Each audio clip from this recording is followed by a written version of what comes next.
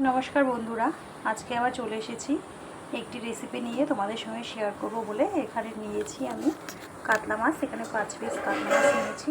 এখানে একটা মশলা পেস্ট করে নিয়েছি, জিরে, আদা, লঙ্কা, পেঁয়াজ, চার মগজ আর একটু টমেটো, সব একসঙ্গে ভালো করে পেস্ট করে নিয়েছি। এবার এর মধ্যে দেবো লবণ, দিয়ে দিচ্ছি হলুদ, দিচ্ছি লঙ্কা গুঁড়ো।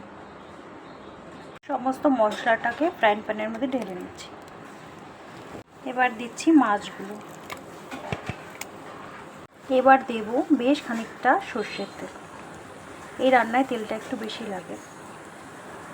এবার ভালো করে হাত দিয়ে মেখে নেব। দেখো, সমস্ত কিছুকে আমি একসঙ্গে ভালো করে মেখে নিয়েছি। এবার গ্যাসে বসিয়ে দিচ্ছি। ব্যাস, এবার আস্তে আস্তে হতে দেব। প্রথম 5 মিনিট একটু গ্যাসটা বাড়িয়ে দিয়ে হবে, তারপরে গ্যাসটাকে সিম করে দিয়ে দিতে হবে। ঢাকা দিয়ে দিচ্ছি। ফিরে এলাম 5 মিনিট পরে।